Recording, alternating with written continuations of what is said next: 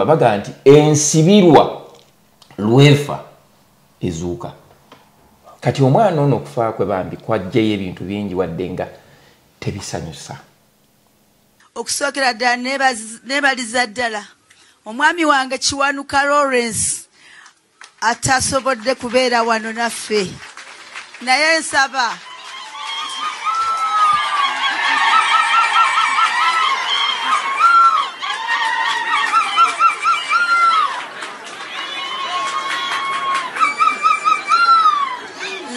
Katonda amugumyeyo yonna gy'ali nange nga bwe ngumye faza kubanga atusabidde. Omwana oyo muzaala omwaka gwali gwa 97 ennaku z'omwezi zaali 30 omwezi oba gwali gwa 10 wenzaalira omwana oyo. Era byonna byonna mu kutambula kwonna badde nina bwino gwe mbadde nzija nga ndaga nti omwana nze muzaala. Era ndoza ebifaananyi bye nabawaddeko byonna eby'emyaka nga alina emyaka 2 emyaka 3 ku ssomero byonna za bijjayo obujulizi obulaga nti nze nannyini mwana. Kujjako n'abakayana nabo bagamba nti nabo omwana nti waabwe nabo nandyagadde nabo bakole nga nze nabo bajjeyoko ku bifaananyi ng'ebyo eby'omu buto. Awo nja kutuuka ate ndabe nga mbeera mulimba okubagamba nti mpulira neesobola era neeyinza. Ebirowoozo byange si biteefu, emmeeme yange ejjudde ennyiike, ate nnumwa obujiji n'obutamanya ki kiddirira. Naye obulumi obwo n'obuvune bwe ndimu senga bunsirisa nesobola kubategeeza kiki nga nze omuzadde etuviiriddwako mu Angela mbeera nsobezza. Omwana ono omuzaala mu 1997 mu maama ono yennyini mu maama Agnes Nakandi omukyalo mpanga emyaka 29. Omukyalo owangadde naye emyaka 29 mu bufumbo. Mubadde musula wamu? Tusula wamu. Mubadde mukyasula wamu? Tubadde tukyasula wamu. The three actors, maama ne bataata, bonna balina embeera enzibu okunnyonnyola. Bataata babiri. Anti gwe maama ne bataata. Kati taata ali wano mu North America. Ne taata ali e Uganda. Oyinza okulowooza nti no taata ali e Uganda yalina obulumi obusinga obungi. Obeera 100% correct. Naye kuba akafaananyi eri taata atasobodde kubeerako na mwana we wadde omwaka. Omanyi paini eyo. Naye kyatuleetedde olunaku olw'eggulu okulabika nga tugezaako okulabika nti kubana twabadde tubiwulira buwulizi nti omwana agenda kuziikibwa Mawokota Jalamba. Nika kati nga nze nkola enteekateeka zange ate nange okulabika n'abafamire yange nga nkola enteekateeka zange okulabika nga omwana muzze Sinde kubijja bya bajjajja baffe. Naye ate ngenda okuwulira nga ate birimu okukola kiri we nakitegeredde nti ebintu bino bitabuse kwe kulidda omukyala wange ne muyita ng'abafamire yange bazze. Nze taata n'amubuuza nti owaayi omwana ono waani? N'agamba n'asooka asirika ne bamubuuza omwana ono waani? N'agamba omwana wuwe. Ne baddamu ne bamubuuza omwana ono waani? Nti omwana ono wuwe. Paka bamubuuza wamuzaala naani? N'asirika waawo okumalira dakika 15. Tubyasirise dakika 15. Ye taata walazzemu n'amubuuza. Lwagize n'amugamba nti omwana wa Mutebi. Kati lwagize n'agamba naye nze omwana tagenda kuziikibwa eyo gy'ayagala. Nti yayagala bamuziikewa. Bamuziike eno egyamutwala ejjalamba. Ejjalamba ewaani? Nze simanyiiyo kati waliwo omwami Kiwanuka. Yeeyita taata w'omwana kuba taata w'omwana wendi. Nze seeyita. Nze ndi taata wa mwana. Sirowooza nti nno taata abadde abeera ne Namirembe yatunda kibanja okumuweerera okusoma amateeka. Kyonna kyakoze talina kyoyinza gamba nti nno ayambadde enkutu anywedde caayi mukalu abadde asobola. Mukama Katonda yamu blessinga n'abeera ng'akola ki? Ng'asobola. Wadde ng'oyinza okugamba nti akottokedde busa kiruma nnyo naye ate ekintu ekisinga okuluma manyi ekintu ekisinga okuluma kwe kusiba obusungu ku mutima yakoze quick reaction n'obufumbo n'agoberawo omukyala. That was the greatest mistake he did. Okugoba omukyala? Yes. Amulimbye emyaka 27. Tosobola okuwolera kwa Katonda. You cannot. Mzee yawoledde. Yakoze revenge on his own. It will haunt him. Wanje? Yes. It will haunt him. I feel touched to discuss such a very sensitive issue. Gomanyi obuwanguzi bwe yandibaddeko nga buli kimu kitambudde in disbelief. Oh my God, I thought this was my daughter. The reaction. Waliyo omwana, waliyo taata omulala. Okay. Mukama bwatu bwe yakikola. Wow. Myaka 28, myaka 29 mbadde n'omukyalo ono. Ate nga oyinza okuba nga balinayo n'emyezi emirala gye tutamanyi. Bw'abanga kino kye yasobola okukola bw'ati. Mukama Katonda, weebale ebiseera ebyesanyu bye mbadde ne muwala wange. Wadde agenze naye nze nsigadde muyita mwana wange. Otaddewo ate kati olugendo lw'obukyayi olupya. Nti buli w'onojjukira kye wagulira omwana ng'oddamu obusungu nga bujja kati kiba kigenda okuddako oyinza n'okuloga oyinza n'okutta oyinza n'okwetta. You are watching The Answer Channel, a solution to every situation. Subscribe right now. Oli muna Uganda wangalira mu diaspora, America, Canada, Australia, UK oba Germany ng'okola emirimu 2-3 wabula nga tofuna kadde kawummula oba kwebaka naye nga tokyasobeddwa lwaki ssente z'olina ku akawunti yo tezeeyongerako? Toli wekka, bangi kuffe twaveeka n'ebirooto eby'amaanyi wabula oluvannyuma ne twesanga nga tukolerera kusasula bills zokka. Tusuba okubeerako ne famire zaffe era nga tuwulira tetulina kye tuyinza kukola kukyusa mbeera eno wabula singa nkugamba nti waliwo enkola esinga eya franchise digital business ebaddewo okumala emyaka 5 mugumu mu nsi yonna esobola okuyamba okukolera ewantu wonna kasita obeera ne laptop oba essimu ssaako ne wifi nga okola n'omulimu gwo ate ekirungi nga teweetaaga bukugu bwonna bwa tekinologiya ng'ezimbiddwa okuyamba abajja ku kyeyonga ffe okwekolera ensimbi esasula obudde bwo wamu n'ebyo by'osobwa tukutendeka ne tukuwabula ne ku buli mutendera ng'oyambibwako abantu ab'enjawulo abategeera gy'ova tetusuubiza mpewo wabula yeno system gy'osobola okutandika okuyiga leero bw'oba okoye okukola essaawa ennyingi nga teri kuwummula nga te tulina kyolaga kizivaamu nyiga mu linka eyo wansi okumanya ebisingawo okuba ku simu ya Gerard Seguya oba gwe mumanyi nga Kakalamu The Answer ku +1647 821 8189 oba kyalina omutimbagano www.g-viepena.com. Tukwanirizaako nyonna gy'osinzira okuba ate ng'otulaba omukutu bagwita The Answer Channel. Genda ku mukutu gwo gwa YouTube n'oteekamu ekigambo DA n'olekawo space n'oteekawo answer n'olekawo space n'oteekawo channel. Bw'omala okuba ate nga okikola ekyo definitely ojja kuba ate ng'otulabira ddala bulungi nnyo. Tusobola okuba ate nga tutambula nga tulina okuba tutambula. Nze Kakalamu The Answer nyongera okujjukizaako baganda baffe abasinzira mu diaspora wano betuwangala nabo wano abali mu USA, abali mu Canada, abali mu Netherlands, abali mu Germany, abali mu Australia, abali mu European countries zonazona okutwalize wamu nga ogezako okuba ate nga onoonya kye bayita plan B, ogezako okuba ate nga onoonya kyoyinza okuba ate nga ogatta nga okolera ku ekyo ky'okola nga tokivuddeeko naye ng'olina ky'ozimba. Tukwanjulira enkola ya franchise business ebaddewo okumala emyaka 5 mugumu ng'osobola okuba ate ng'ogikolera mu nsi 26 ssaako ne location 43 mu nsi yonna. So ogenda bugenzi weetaazi just kye bayita laptop oba essimu oba wifi oba internet then osobola okuba ate nga onoonya osobola okuba ate ng'okola akasenteko nga teri akukutte ku mukono.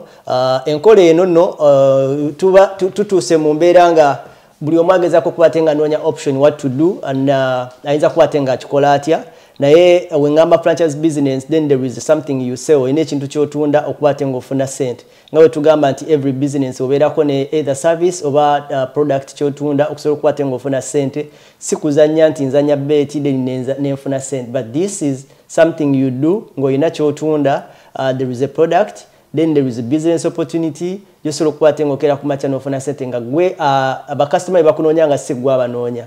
Ogenda bakuzimbira website no ne bajja ne bakucontactinga kyolina okukwata eng'okola kyakubaddira oyogere nabo bategere nti teboogera na robot boogera na muntu ng'era ye gwe ne business agivuga osobola okukwata nga oddira abantu abo basobola okukwata batambula mpolampola. So www.g-vpn.com ye omukutu gwa website oba enamba ya 647-821-8189 osobola okukwata nga otunoonyaako osobola okukwata nga tukubuulira ki ky'oyinza okukwata ng'okola kikwetaagisa ky'okukwata ng'ogiyingiramu biki by'otunda business kikaaki era oyinza okukwata ng'ogifunamu otya era ogiyingira otya okitegedde. Anyway then njagala okukwata nga nkutegeezaako nti omwami gwe ntudde naye wano omulundi gwe nasembayo okukwata nga ntula naye abantu bakunsaba okomewo.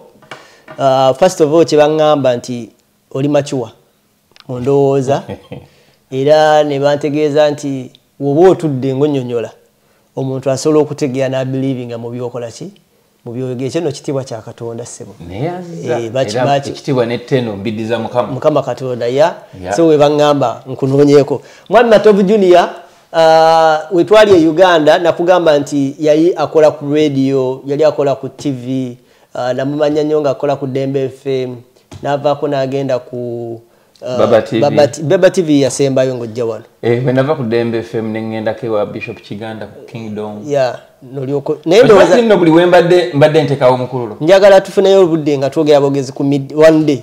Lwe tulidda wano eno nga twogera bogezi ku media houses engeri waziko Dembe FM tugende ku Baba. Natandikira ku radio bagiyitanga Kara FM 104.5 yabeerangawo Kamwocha. Kara FM yafuuka kikati kati oba bagituuma Joy FM. Joy FM ate yagenda ensambi wa Pastor Tom Sembera.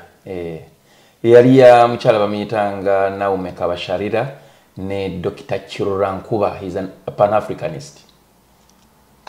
Kati ejenva nengenda ku Radio Sapiencia. Nenva ku Sapiencia nengenda ku Dembe FM. Never could Dembe FM. Tujafuno.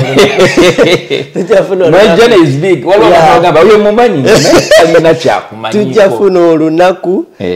Tusobola okubatenga tutuula ku nsonga eyo tuwogere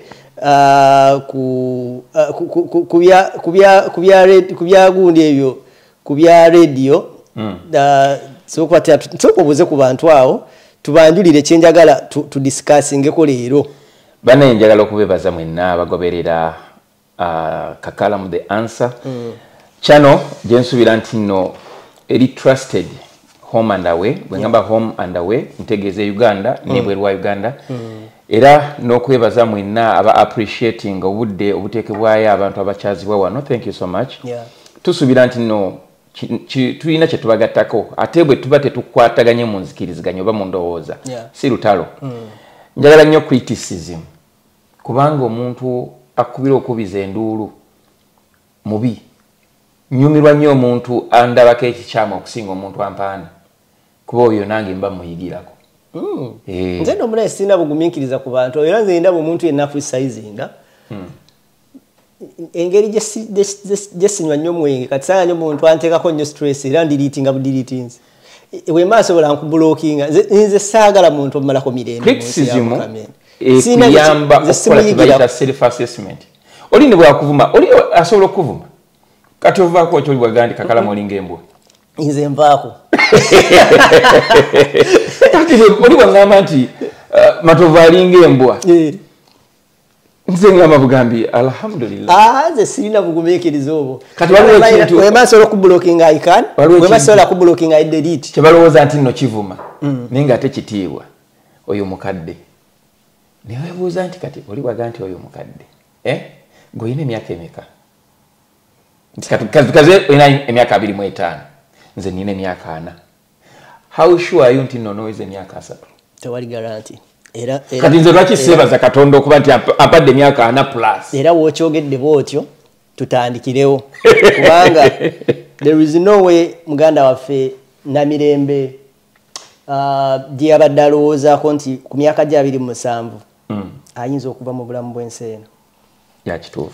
omwana ono abadde ali ku university asoma with a future atukkiriza nti no Angela oba oli awo time ejja tuuka ekiseera agase bazadde be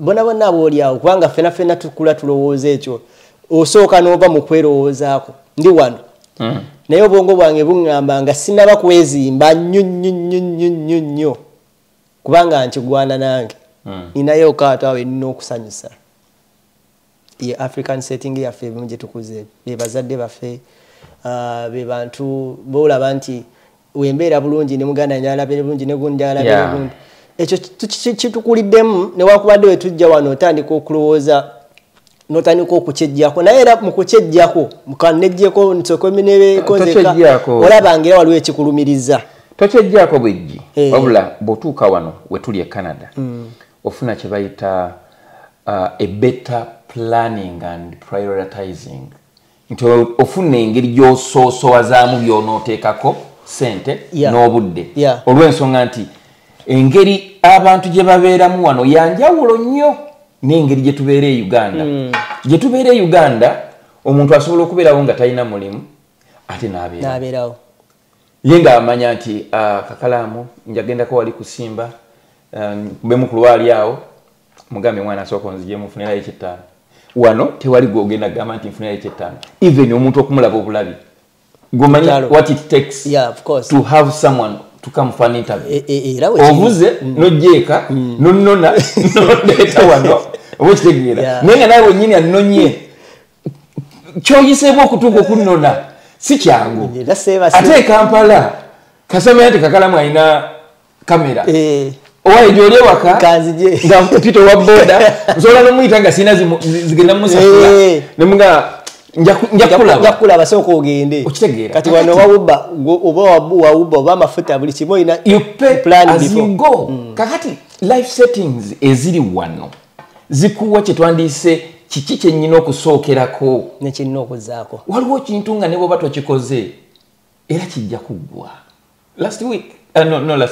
last interview nakugamba nti oli ayinza okugamba nti bulijjo nnoonya ennamba yo kali kakulu nnyo naye ng'ate waali era n'asigala nga waali omwaka nga guyiseewo onoosonyiwa nti nze mbeera ne life experiences nyingi twafiiriddwa ku kyalo wano omukyala mukwano gwange kangambe mukyala wange lwakuba nze mbeera mukamwana we ate mbeera taata wa baawe yampeereza message nanga nti tufiiriddwa naye njagala genda kuziika bali mu kyalo ekisojo naye nga balina kgenda e Kampala baziike nga yeetaaga emitwalo egi naye kakalaamu nga ku akawunti yange nkazizizanga wano nga zikaze ate nga kitegerekeka gwe osobola okitegeera kuba oli wano nange naye ali e Kampala osobola omugamba nti tolina mitwalo 3 ng'oli Canada naye ng'ate osobola okuba nga tolina mitwalo 3 olwaleero newaikawo ennaku 2 n'okwata oba $5 oba n'okwata miliyoni naye ng'ate waliwo yabadde yeetaagira nga tolina naye oyinza omumatiza nti omuntu ali Canada talina mitwalo 5 oba mitwalo 3 oba mitwalo 10 era ajja kugamba kati ebaanonayo ki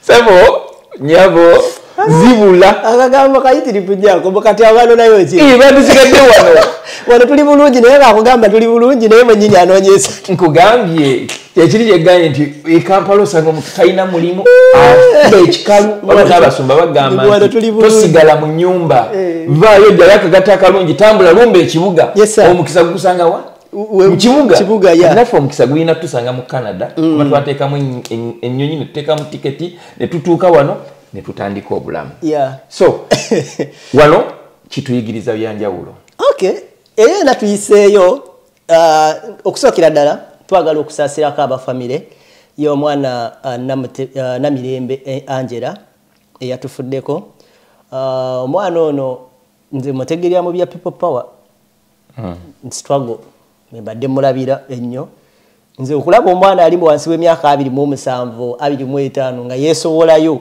kwambala bareti kwambala biganduula overall kwambala like naye frontinga ng'alagamba nti nze gyendi nze nkintu ekyo nkiwa credit kubanga nze nina emyaka egimu gye nalimu nga sisobola kwambala bareti sisobola kwambala ovulo kubanga mba ndowooza mbu nina gundi gye ngenzeemu oba kitegeera kati omwana waavayo ne yeesobolayo n'akikola ekyo muwa credit ye kubanga aba amaze okwepositioninga nti nze ngwa wano era kino kyenzikiririzaamu ate ekitali kyangu nnyo kyakumalagalaga kyokkiririzaamu e Uganda n'olowooza nti ojja kuyinaayina paka nga bw'olowooza abasajja basinga okuwa kyetwandise inspirational talks bakugamba nti weezuule ng'obudde bukyali ffe ebituleetedde okubeera mu mbeera eya try and error tetwasobola kwezuula nga tuli mu biseera by'okwezuula nga wali tomanyi what to do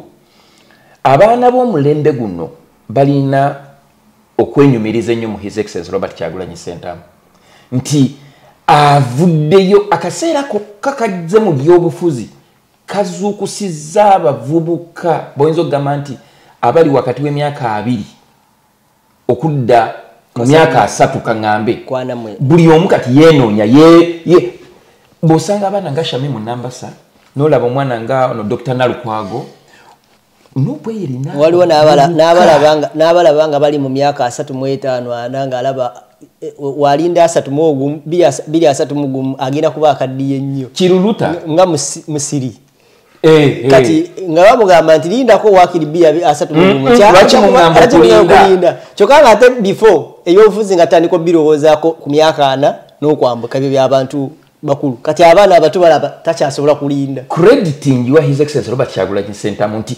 aleetedde abantu okwagala ebyobufuzi kuba bategedde nti bibakwatako buli ekitatambula bulungi bakitegedde nti no kiva ku byabufuzi kati omwana ono Namirembe nze mulabira mu mbeera nti yeezuulidde mu kaseera akatuufu wadde nga tasobodde kulaba ku ebyo byeyezuuliddemu kyannaku kugamba mbutuufu simanyi nange ekijja nyinza kulagamu kunyolwa kwange eri ye ne famire ye ate nga wabaddewo controversy wakati mu famire n'ogamba nti kakati Mukama Katonda kino ng'okireetedde mu kaseera akakigezeso ky'amaanyi oba kitegeera kigezo kinene nnyo omanyi Basudde yayogera mu luyimba ndowooza baluyitanga Mmire Nannyondo yasanga omuwala mu bbaala ne banywamu kamu bubiri okukakana ng'amuwasiza n'amutwala ewaka ne bwe yafuna ekirooto n'akimulootoya namuga wayi njagala omutwala ndabe ku bakadde oyinaga ewaka naddukayo buddusi kati ntuuka nti ewaka ne bagamba nti ate nze yagenda ku ssomero nkomyewo n'omwana namuga wayi tuligenda laba omukazi bw'agenda okulima essota ne limubojja n'afa kati ono n'abika bw'abika omwana amannya ge baateeka ku rediyo ne wabaayo famire ng'amannya galinga aga omwana owaffe kati okubumbawumba baga nti ensibirwa lwefa ezuuka kati omwana ono okufa kwe bambi kwajjayo ebintu bingi wadde nga tebisanyusa era woolabira maturity mu bulamu bwa kitwandiise families y'engeri gy'ohandolingamu embeera ng'eyo kyannaku kiruma tosobola kutegeera pain omuzadde gy'ayitamu bwe ngamba omuzadde ntegeeza omuzadde kati oba abazadde babiri ya mwami Kiwanuka tuwangala wano awangala naye tuli wano North America bulijjo badde nterawulira sitole ya Bankuba Kirebe nga bakaaba nti babadde baweerera abaana nga si baabwe bakazi babasibe abaana e Uganda kati ku luno akaaba ate akabirawo e Bulaaya nti yabadde abeerera alabirira yabadde gundi yange eri bweti kijja kitya omuntu okubeera wano muzeeyi wattu oli ow'ekyalo ow'omukyalo eri n'aweerera omwana okumala emyaka 27 ng'omwana bw'abadde nga muzeeyi ono contribution ye teri recognized paka wano mu kaseera kano ng'afudde kubanga gamba muzeeyi abadde mugundi nnyo babeera nnyo ne bannambooze akaseera kano ke tulimu kabi nnyo kali very very sensitive when you bring a very sensitive topic wakati mu campaigns many people might look at this as a diversion baleetawo ebibozibozi kutujja ku kino kutujja ku kiri, but all other factors remain constant, yeah. Without defocusing people from the agenda eyokukyusa ensi yaffe, kubanga noono omwana abadde mulwanyi. Away from that reality, waliwo omukyala bamuyita Zawedde, ye Julie Zawedde, yayimba akayimba n'agamba nti nze ndi mukazi manyi sirikedde bingi ebizibu by'abakazi bingi. Kagamba ng'ayogera ku mukyala byayitamu. Omukazi ye muntu yekka asobola okuwa obwannannyini eri taata, kagambe nti eri taata. Naye ekintu kino ndowooza kakigende eri abaana abalina emyaka wakati w'emyaka nga 4 kudda wansi, ku myaka gyonna. I don't want to limit below.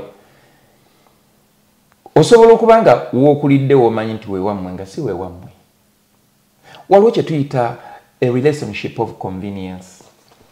Ng'omukyala yajja ng'akimanyi nti alina olubuto, n'abeera n'omusajja oyo ng'amanyi nti yayinza okutuukiriza ebirooto bye, naye ng'akimanyi nti n'olubuto lw'alina si lwa musajja oyo, n'azaala omwana n'amukuza, naye nga n'ono ali mu maka akimanyi nti omwana we yamuzaala.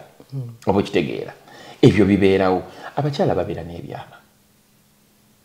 N'emyaka mingi.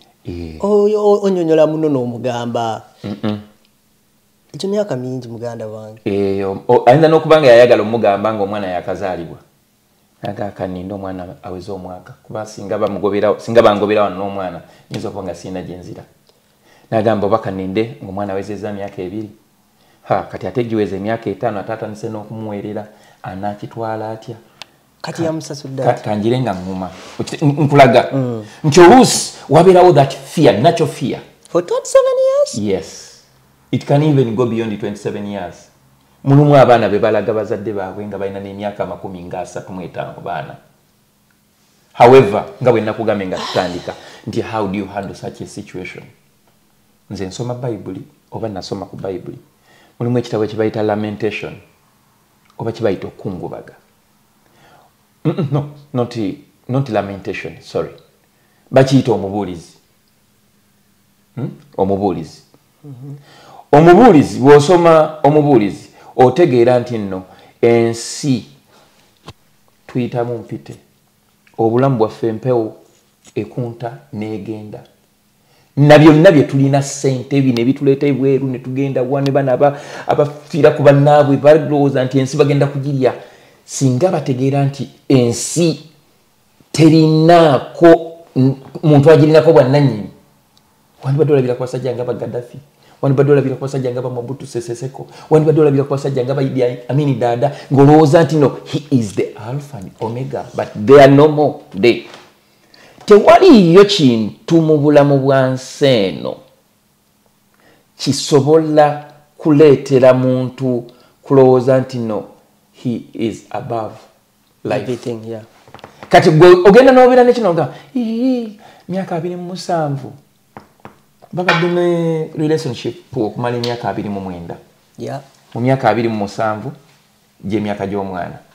Kitegeeza nti nno omwana ono yagenda mu lubuto emyezi 9 nga tannazaalibwa. Oba kitegeera. Ng'olwedde ali mu bufumbo. Yes. Abakyala babeera n'ebyama byabwe. Nakugambye oluyimba lw'omukyala gwe bayitaani Zawedde. Babeera n'ebintu mu butuufu nga ye yekka yamanyi kyatuddeko, nga bwakyatulira nti kino kiri bwe kiti kigenda kuttattana buli kimu. Naye kati just njala kugiramu like okutta buli kimu kikyembuuza kiri bwe kiti. Omuntu yenna lwaki this topic is becoming sensitive and sometimes igenda mu judgmental thing of it. Kyogamba omuntu abeera wane no ku Bulaaya asobola okubeera atasobola kulabirira mwana nti oli atya nnyo okufiirwa obufumbo olw'okuba obuyambi bugenda kuvaawo for over 27 years Over 27 years? This is a very sensitive topic. Just chenjagala. Labayo. No offense. Omwami sagala lozi topic eno nzibu nnyo. Singa Namirembe abadde mulamu, I would freely exhaust it. Naye nga waliwo omwana eyaziikiddwa. Ate nga n'enfa gye yafuddemu tetegeerekeka. I reserve my comments to a certain extent. Lwa nsonga nti already mu bye twogera mulimu omufu. Okitegeera. The three actors, mama ne bataata, bonna balina embeera enzibu okunnyonnyola. Bataata babiri. Anti gaye mama ne bataata. Kati taata ali wano mu North America. Ne taata ali e Uganda. Oyinza okulowooza nti no taata ali e Uganda yalina obulumi obusinga obungi. Obeera 100% correct. Naye kuba akafaananyi eri taata atasobodde kubeerako na mwana we wadde omwaka. Omanyi pain eyo. Omuzadde asobola okutegeera pain. Omanyi nga taata tasobodde kubeerako na mwana we kumala mwaka mulamba. Ate mwana yeka gwayina. Ate nga, yeah, like you put it. You cannot measure the pain and you cannot come out and start judging nti yali tasobola kulabirira. Sirowooza nti nno ekyokulabirira ye yali question. Gwokimanyi nti waliwo abakyala ababeera n'abaana mu makanga abazadde abo nga taata si yabalabirira naye nga abaana tebajjula. Si lwakuba nti nno oli tasobola kuweereza buyambi.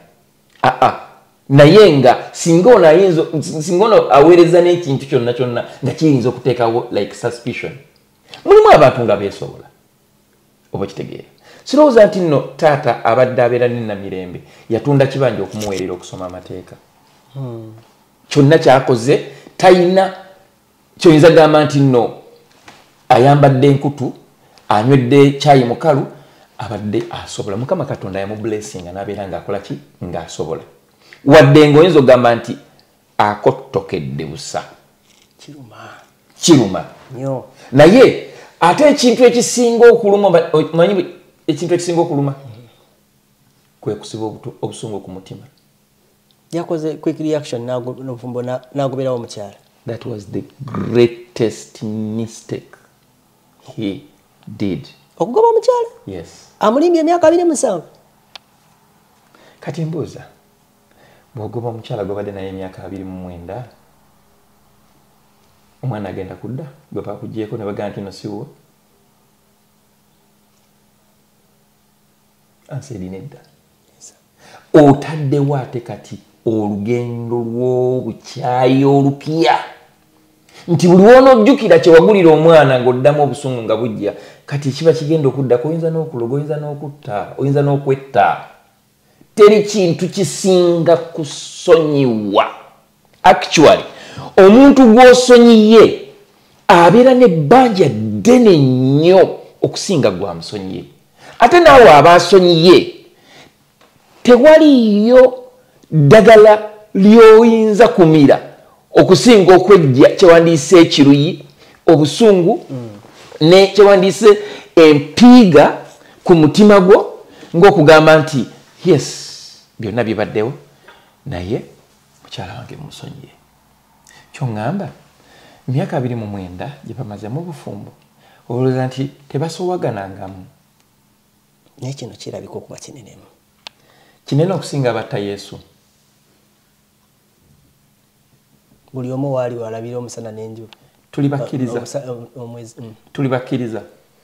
100% ndi omu. Kakati omuntu yenna nga mukkiriza mu ddiini yonna gy'okkiririzaamu kasita oyingiza kye bayita Katonda mu mutima gwo, kasita oyingiza kye bayita okukkiriza mu mutima gwo, ebirala byonna ogamba nti Mukama y'anaamanya.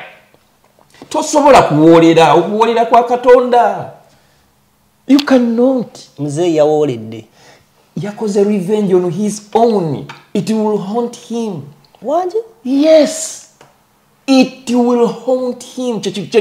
No, I feel touched to discuss such a very sensitive issue. Gomanyi obuwanguzi bwe yandibaddeko nga buli kimu kitambudde in disbelief. Oh my God, I thought this was my daughter. The reaction. Waliyo omwana, waliyo taata omulala. Okay. Mukama bwatu bwe yakikola. Wow. Myaka 28, myaka 29 mbadde n'omukyalo ono. Ate nga oyinza okuba nga balinayo n'emyezi emirala gye tutamanyi. Bw'abanga kino kye yasobola okukola bw'ati. Mukama Katonda weebale ebiseera ebyesanyu bye mbadde ne muwala wange. Wadde agenze naye nze nsigadde muyita mwana wange kuba nkoze taata kyalina okukola ki okukola. Nze nnyina abaana 5, omukulu alina emyaka 23. Naye Katonda ye yabampa. Yobu yali alina abawala abalabika obulungi ng'alina n'abalenzi. Katonda gwakkiririzaamu n'amubajjako. Teyava ku Katonda. Kyeki kyegenda nti omuntu yenanga okkiriza olina kyotasobola kuvaako. Ennono y'okukkiriza n'omanya nti no buli kintu kyonna ekijja mu bulamu bwo tokirinaako control. Nyina omusajja e Masaka yaweereranga abaana ng'abaana bagezi. Musajja yali musuubuzi nga mugagga nnyo. Message nnene nnyo ku baana abasumba bangi ekintu kye bayita forgiveness bakisomako obusomi mu byawandiikibwa, they cannot practice it. Nalabako omusumba ng'agamba nti kabeere Katonda, kabeere Yesu gwe mbuulira. Najja n'agamba nti ddiŋŋana n'omukazi oyo sisobola kuddiŋŋana naye. Ne weebuuza, if you cannot forgive, then who will forgive you? Kakati, with all due respect, ebikyamu bibiri tebikola kituufu. Omukyala yasobya, kati ate naawe osobezza. Kati ate gwe obusungu obubwo bugenda kubeera bungi nnyo bukubiseemu n'obwani n'obw'omukyalo ono. Ate nga temukyalina kye muzza. Omwana agenze alese muyuze mutaaguse. Saasira bano abaana ababadde ne maama. Muganda wange. I mean, bo bagenda kubeera where are they? Kuba kati beetaaga okuŋŋaana bagende ne maama bagende ne taata.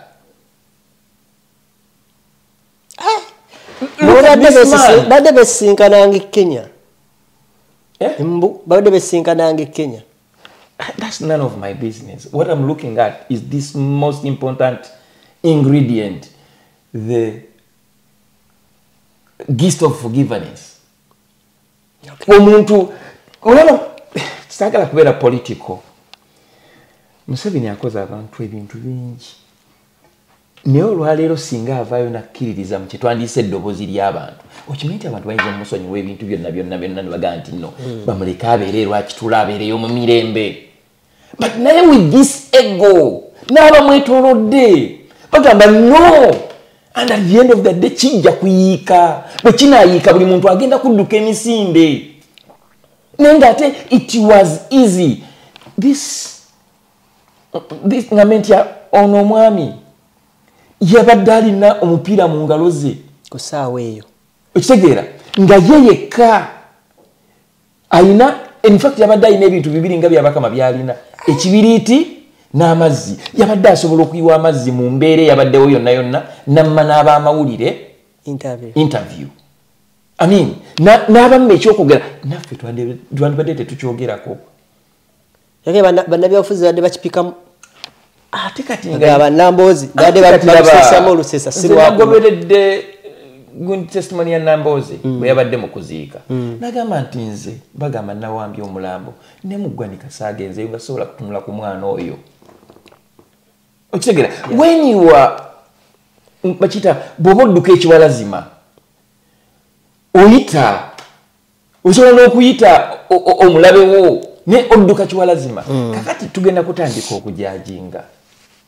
Okitegeera ojja kutandika okujajinga gundi yakoze ensobi gundi yakoze ensobi. Naye nkomerero ya byonna gwe olina akabiriiti akakuba gwe osobola kati mbuuza omulambo bagulya. Omulambo gulimu ssente nti no kati engeri gyekiri nti agenda kuzikwa wano kati ngenda kufuna mu nnyonnyonnyo ate omukazi yamulimbalimba simanyi ate eri omwana yali agulayo akataka ate kati tugenda muziika eno ne mukufa yasigala apalapalanya nga tamubuulira kituufu omwami kyekyamuleetera obusungu naye ovaayo singa yamugamba nti owaaye ebizze bubi buli omu ali mu bulumi naye omwana ono we bamuziika si we wano bamuzaale naye ne mukufa mbu yasigala apalapalanya nti ate lwaki tumuziika wano nti ate omwana nti yagenda ne bamutwala amini mbu yali yagulayo akataka eyo mu kyalo kati tugenda omuziika kati nga tayogera mazima omusajja byamutabulira awo nagenda mawulire kyoyogera kituufu ekyokusonyiwa I also believe in it but naye nga tetunaba kutunuulira oli kala mugosonyiwa yeah yayevudde wala okusonyiwa kyekintu ekisinga okuleeta okuwona kw'omutima gw'oyo omuntu akoleddwako ekikyamu actually omuntu asonyiwa akakkana atowolokoka okusinga gwasonyiye okimanyi nti omuntu gw'osonyiye asigala alowooza naye ddala yansonyiwa naye ndowooza tuli abantu babika bibiri waliwo abantu nga just bali basalirawo mu busungu mu bwangu bayinza oyita ba short tempered biki abantu abo bayikalakaasa naye mu ddakiika eziddako babeera beesonyiye ebintu ebisinga nga babivuddeko era batera nnyo okubeera mu regrets ne wabeerawo n'omuntu atakinga time to react n'alyoka akola informed decision ze nga bw'ayagala then n'alyoka asanga kati okusinziira ku kyompisizaamu so kino kyensazeemu kati omwami eyo yandabikira okuba nga wakasunguwira nga yayogedde ebintu byonna n'akola decision ze obusungu abantu abatera okubeera nga balina akasunguwira nga wenkyogedde nti mu ddakiika eziddako aba akyesonyiye ng'akivuddeko oyinza okuddamu okunoonya omwami oyo nga byonna byayogedde ali greatinga. You believe in it? I do. Omanyi waliwo omuzungu akiyita damage control. Damage control is very expensive. And preventing, explaining yourself, I think saves time and money. Naye okukola kye bayita damage control. Kuba ekyokulabirako nti twalina tear gas mungi nnyo mu biseera by'abeesigye e Kampala. Naye ng'ate mu kaseera ke kamu Uganda erina program gye bayitanga Uganda Gifted by Nature. Mugende ku CNN mulage nti Uganda nsi nnungi. Kati nga releasing a lot of funds to show the tourists that Uganda is a very good destination to visit. Naye ng'ate amawulire ku CNN galaga nti Besigye bamukubye tear gas owa pink negundi. Kati it was so expensive for the government of Uganda to market the image of Uganda outside Uganda ng'ebiri ku ground birala. Yali erimu kyewandise damage control. Naye ng'ate yandibadde esobola okugamba nti bano baagala kwekalakasa nti ye muleke beekalakasa kasitaba tayinona bintu by'abantu. Move with them nga bwe tutera okulaba n'abeekalakasi baawano nti poliisi ebawerekera ne batemera n'ekkubo paka gye baagala okgenda ate olowooza baba bagenda kumala ddakiika mmeka. Kati taata ono muyita taata lwa nsonga nti abaddewo mu bulamu bw'omwana yabadde alina okuteeka kyewandiyisa amazzi ku mbeera olw'ensonga nti ye already yandibadde ategedde nti wano walabika aliwo obutali buki. Omwana bw'abanga yali yamubuusabuusa dda ng'alinza akaseera ng'ako at the back of his mind kyabaddeyo obutambi bwavuddeyo oluvannyuma nnyo nga n'omwana ali mukulanya ng'ali mukulanyiza ekika kye era yabyekanze bwekanzi ng'omwana afudde. Buno obutambi bwe yali alanyamu yali tabulabangako yabulabiddemu eno embeera awo yatwandikidde kyannaku nga bwe gambye nti eno topic eri very sensitive because there is a dead person amidst us. Tuyinza obutwogera bingi nnyo.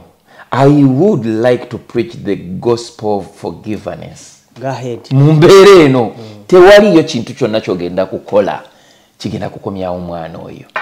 N'obusungu obungi ennyo bw'oyinza okulowooza nti bwe buyinza okumalawo pain gy'owulira ku mutima era nabwe tebugenda kubaako kye bukola. The best way is to reconcile. Ademo bufumbo. Reconciliation. Omuntu babanga abadde nawe emyaka 29. Mulina ebintu bingi ebibadde bibasikasika here and there. Ndi sure musobola okuddamu ne mukwatagana. Oba kitegeera.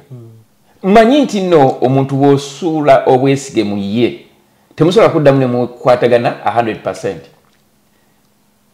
Oba kitegeera. Si kyangu. Naye baga nti embwa yalidde dde mmwanyi kaŋŋambe. Obusungu bwabadde bungi nnyo. Olaba baatuuse n'ogenda mu kkooti. Bateekawo injunction etaziikibwa aziikibwa wano. Omukyala yamutuuka mu kuziika ate neyeebaza ati omwami Kiwanuka. Omanyi nti nno mu kaseera ako abantu badde balulinze nga mbaga nigwe agenda okwebaza. Era olwayogedde ku mwami Kiwanuka endulu neeraya. Kati nze ndowooza bwe nti taata w'omwana omutuufu naye abaddewo mu bulamu bw'omwana kirabika kyetwandise behind the curtain. Ate ndowooza nnyo oba kitegeera nono taata abaddewo. Omanyi abakyala bano nga bwe nagee basirikira ebintu bingi ate balina ensonga zaabwe lwaki bakikola. Ekyo nkiddamu abakyala basirikira ebintu bingi ate balina ensonga zaabwe lwaki bakikola. Ate singa kufuna n'akuzza wali n'akubuulira ensonga lwaki yakikola bwatyo kukakasa oyinza okukkiriziganya naye lwa nsonga. Eby'eddala omanyi ensonga lwaki ffenna twava mu kitonde mukyala. Ffenna twava mu kitonde mukyala. Singa maama waatulaawo n'akulombojjera ebikukwatako oyinza omumusaasira bw'abanga gyali. Kati nze ebiseera ebisinga sisalira mukazi musango. Actually nze nga nze sikkiririza mu kutwala mwana ku DNA. Nze nga nze ebyaddala sisobola. Anti bw'ogamba nti ogenda kutwala omwana ku DNA tukyali bulungi kiba kitegeeza tukyali bulungi awo. Bw'oba otwala omwana ku DNA nga naawe okimanyi nti nno omwana oyo gw'obuusabuusa wakati wo ne maama we mwalinawo enkwatagana mu ngeri y'ekintu ekikulu. Nze ndowooza bwe nti omuntu yenna gw'osobodde okulaba ng'alina omwana gw'azaalidde mu kaseera mwe mubadde nga mukwataganira, omwana yenna gw'aba azadde ne waba nga si wa musaayi gw'abeera mwana we. Nga bw'osobola okusanga omwana ku kkubo oba bw'osobola okulonda omwana n'oga nti abeere wano nja mumulabirira. Era n'abaana balala olina okubatwala. Ate abaana bonna ku nsi babeera baana. Tewaliyo mwana nnyo kusinga mwana ono. Omwana gw'ozaala oba gw'otazaala bwe babeera nga babeera wamu bonna babeera baana. Tewaliwo nti ono muzaala nti ono si muzaala.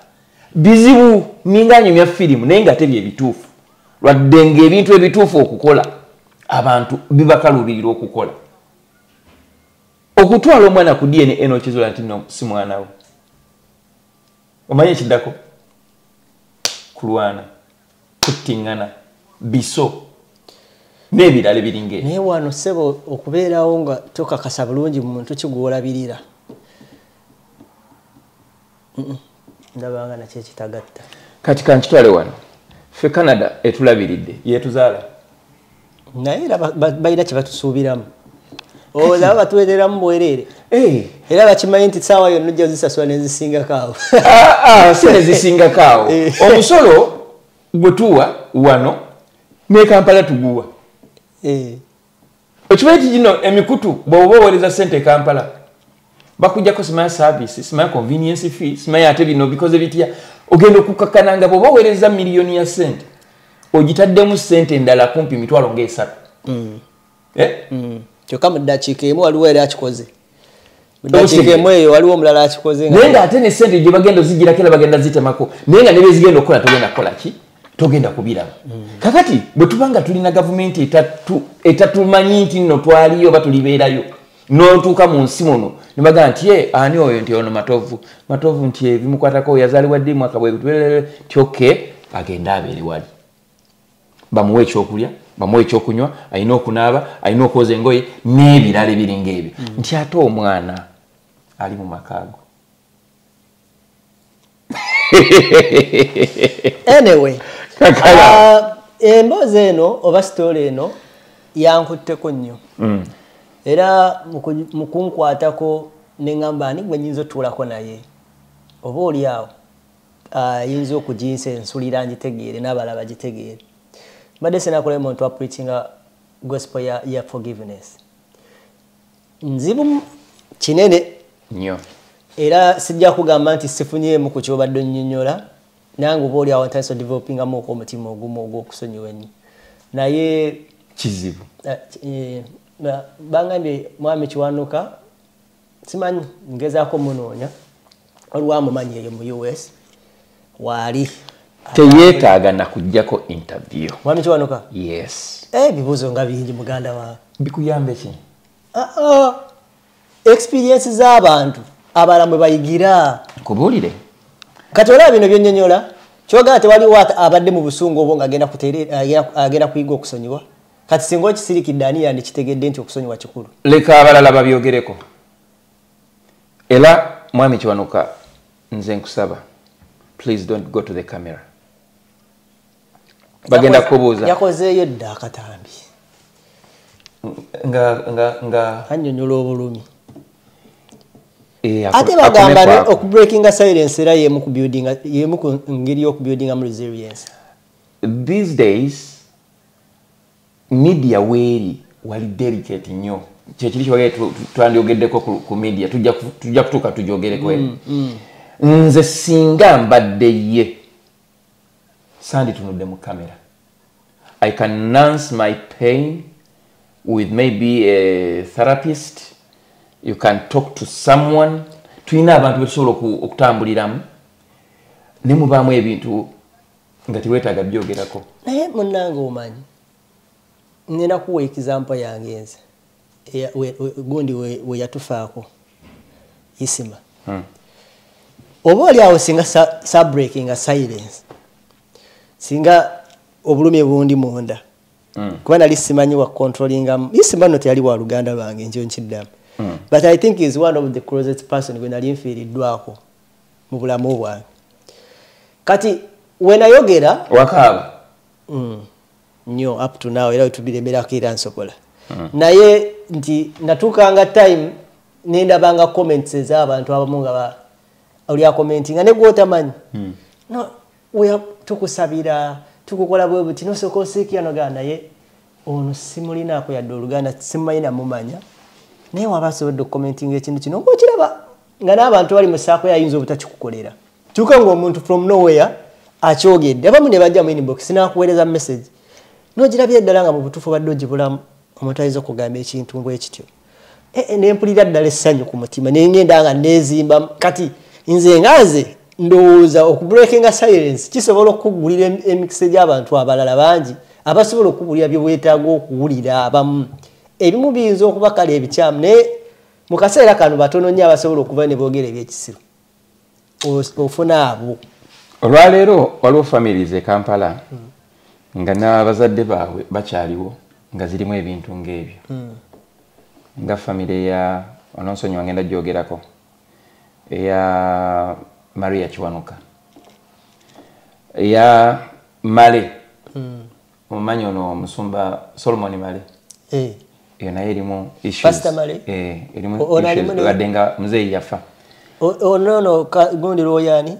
Male Mabirizi ne Solomon Male nabo balina issues wezityo singa ogenda odiginga families ojja kwesanga nga almost mu buli family 10 oyinza okusangayo family 2 oba 3 nga zirina that kind of setting mbeera bwekyo kino kitegeeza ki nti it was a common practice nti omusajja yasobolanga okuzaala mu mukyala n'asirika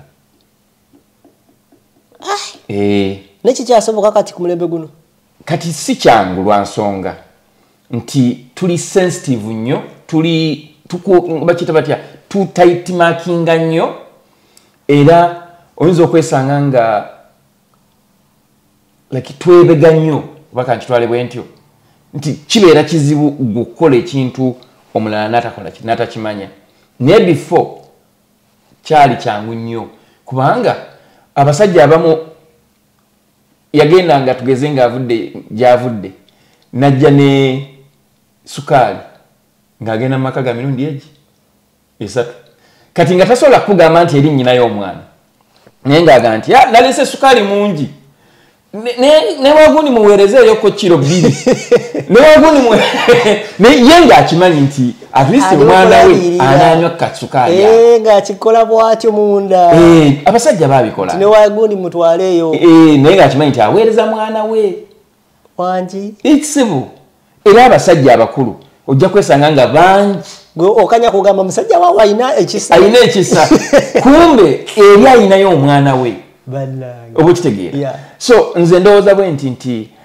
oba Sseruganda oba obumu bukira okwawulayawula okusonyiwa kintu kibi nnyo okuyiga oba nga nti no si kintu kyangu kuyiga naye ate omuntu bw'oyiga okusonyiwa I swear upon the living God kikubeerera kizibu okuddamu okukaluubirizibwa ensi kaswayira kibayita okusonyiwa kyekimulamu okusonyiwa tosobola kusonyiwa muntu atakoze kintu kikunyiga oba kikulumya mu mutima naye ate waliwo ebintu bibiri osobola okusonyiwa ale ne weesonyiwa era osobola okusonyiwa omuntu gw'osonyiye n'asigala mu bulamu obwo oba okitegeera kati oli taata alina okukolako ekintu kimu alina okusonyiwa mukyala we either n'amukomyawo oba n'amuleka n'agenda n'atandika obulamu obulala naye ng'ekigambo okusonyiwa kizze mu mutima gwe kuba bw'anaasonyiwa buli pain eri weekomawo najjukira nti nasonyiwa Mukama Katonda yadde buno obulumi buzze naye nakola ki nasonyiwa emikisa gyeyongera okujja gyali wabaawo biyinza okuba nga bibadde bikute ne bitandika okusumulukuka just because like nga asonyiye omuntu asonyiwa abeera n'omutima ogusonyiwa tasobola kufuna birwadde bya pressure tasobola kufuna stress tasobola kufuna like mbeera eyo ya kwerabiralabira I mean tasobola ngonoga omuntu ali absent minded bw'abanga ayina that magic of understanding what we call forgiveness trust me yasinga n'okufunamu naye omuntu asigaza kale kama mbaya ni mbaya obusungu buyinza n'okwettira nga tonaba nakutuuka kufa neyanzanya neyanzege tetugenda soka wano olunaku olwaleero mwami Matovu Junior bwe tubadde naye wano mwagalako kimu nti mature reasoning mature talk ebiseera ebisingejja buli tubeera naye wano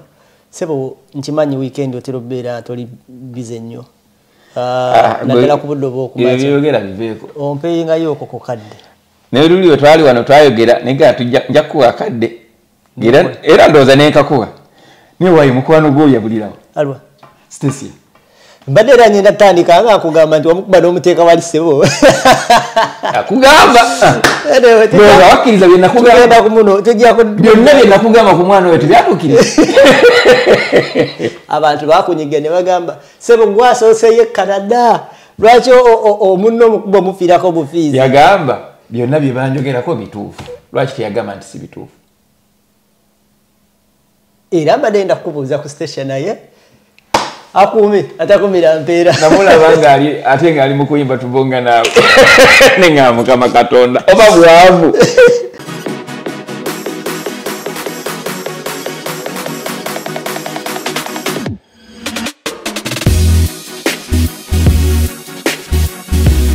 The Answer Channel, a solution to every situation.